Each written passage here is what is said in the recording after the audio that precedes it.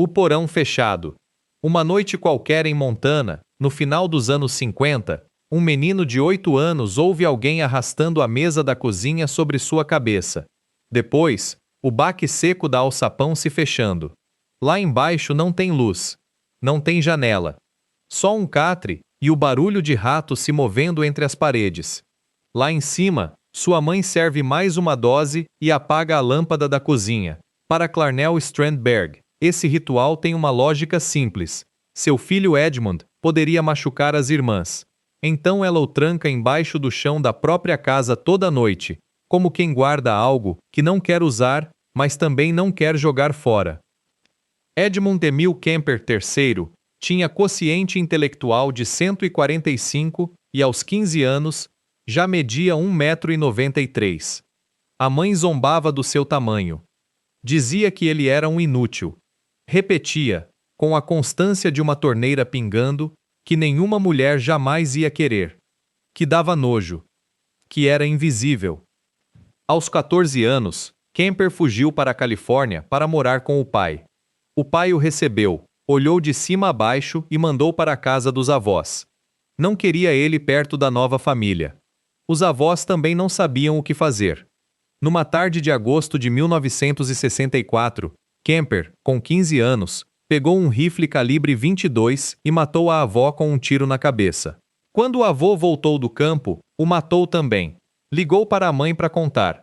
Foi internado no Hospital Psiquiátrico de Atascadero, onde os médicos o descreveram como paciente exemplar. Soltaram ele no dia em que completou 21 anos.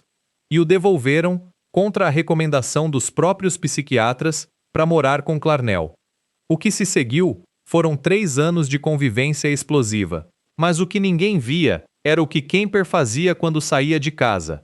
Entre maio de 1972 e abril de 1973, deu carona a 6 universitárias que pegavam carona perto do campus da Universidade da Califórnia em Santa Cruz. Matou todas. Anos depois, explicou que cada uma delas era um ensaio. Um substituto. Que o alvo real sempre tinha sido a mãe.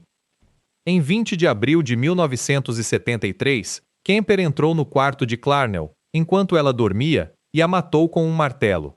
No dia seguinte, se entregou à polícia de Santa Cruz. Disse que sem ela já não tinha motivo para continuar matando. Foi condenado a 8 penas de prisão perpétua. Mais de meio século depois, segue preso na California Medical Facility de Vacaville. Recusou todas as audiências de liberdade condicional. Clarnell repetia que ele era invisível. Hoje, cada criminologista do mundo sabe o nome do filho. Ela é uma nota de rodapé no prontuário dele. Kemper foi trancado embaixo de uma cozinha. O próximo caso cresceu numa fazenda da qual nunca foi autorizado a sair. O quarto selado. Plainfield, Wisconsin. Uma fazenda a 10 quilômetros do vilarejo mais próximo, cercada de campos vazios e estradas de terra que não levam a lugar nenhum. Toda tarde, sem exceção, uma mulher abria a Bíblia na frente dos 2 filhos e lia passagens sobre castigo divino, dilúvios e morte. Não era catecismo, não era fé, era a única janela que aquelas crianças tinham para o mundo exterior, que o mundo exterior era pecado. Augusta Gain era luterana, fanática e absoluta. Ensinou a Edward que as mulheres eram instrumentos do diabo, que o sexo era uma abominação e que qualquer contato fora da fazenda era uma porta para o inferno. Não deixava ele ter amigos. O pai, George, era um alcoólatra que morreu de parada cardíaca em 1940. O irmão mais velho, Henry, morreu em 1944 enquanto apagava um incêndio com Ed. A causa oficial foi asfixia, mas o corpo tinha marcas de pancadas na cabeça que nunca foram explicadas. Ninguém investigou mais. Ed ficou sozinho com Augusta. Cuidou dela quando teve o primeiro derrame. Alimentou. Banhava. Ficou do lado enquanto ela continuava pregando com metade do corpo paralisado. Teve um segundo derrame. Morreu em 29 de dezembro de 1945. Ed tinha 39 anos e nunca tinha ficado sozinho. A primeira coisa que fez foi selar o quarto de Augusta.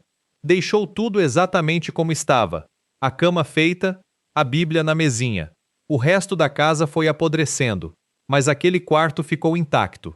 A segunda coisa que fez foi começar a desenterrar cadáveres de mulheres que se pareciam com a mãe. Entre 1947 e 1957, profanou pelo menos 9 túmulos. Fabricou objetos com os restos. Fez um traje com pele humana. Os psiquiatras que o avaliaram após a prisão concluíram que Gain não tentava mutilar, tentava recriar a mãe. Vestir a pele dela. Virar ela. Em 16 de novembro de 1957, a polícia encontrou o corpo de Bernice Worden, dona do armarinho local, pendurado no barracão de Gain. Também encontraram os restos de Mary Hogan, uma taberneira desaparecida em 1954, e encontraram o quarto selado, impecável, como um santuário no meio de um matadouro. Jane foi declarado mentalmente incompetente. Morreu numa instituição psiquiátrica em 1984. Seu caso inspirou Norman Bates, Leatherface e Buffalo Bill. Augusta ensinou que as mulheres eram o mal. Ed Gein passou o resto da vida tentando virar uma. Gain foi isolado do mundo. O próximo caso não foi isolado do mundo. Foi exibido a ele. Os cachos de seda.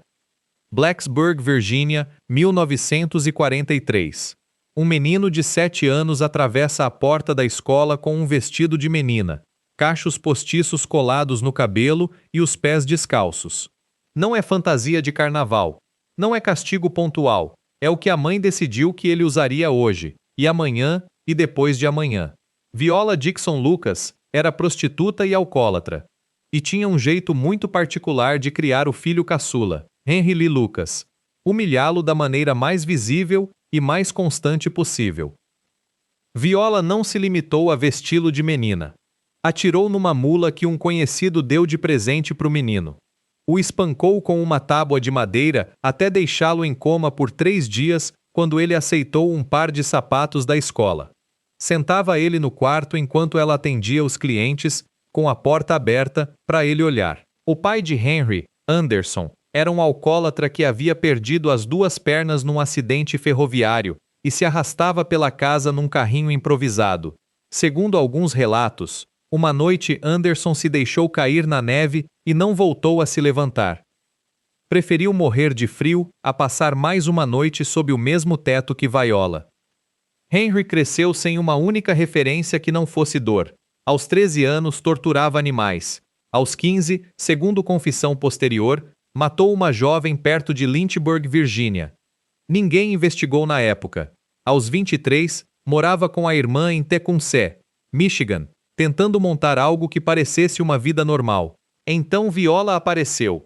Foi ao Michigan exigir que ele voltasse para Blacksburg para cuidar dela. Discutiram. Ela o acertou com uma vassoura. Ele a esfaqueou no pescoço. Era 11 de janeiro de 1960. Lucas foi condenado a entre 20 e 40 anos por homicídio em 2º grau. Transferiram para hospital psiquiátrico.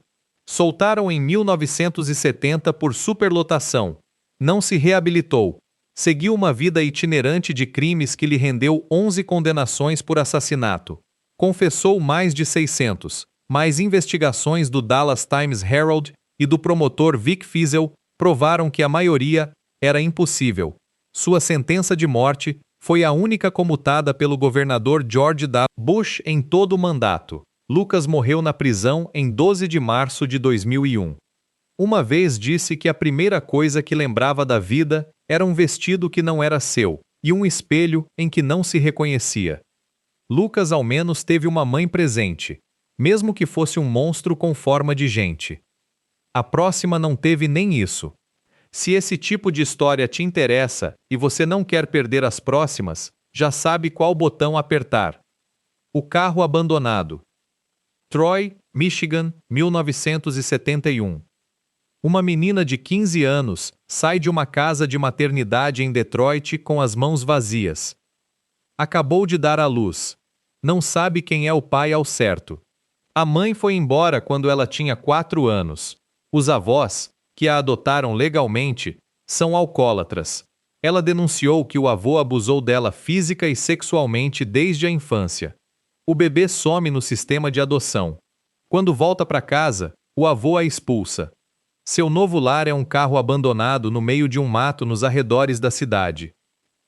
Eileen Carol Wuornos nasceu em 29 de fevereiro de 1956 em Rochester, Michigan. O pai, Leo Pittman, nunca a conheceu.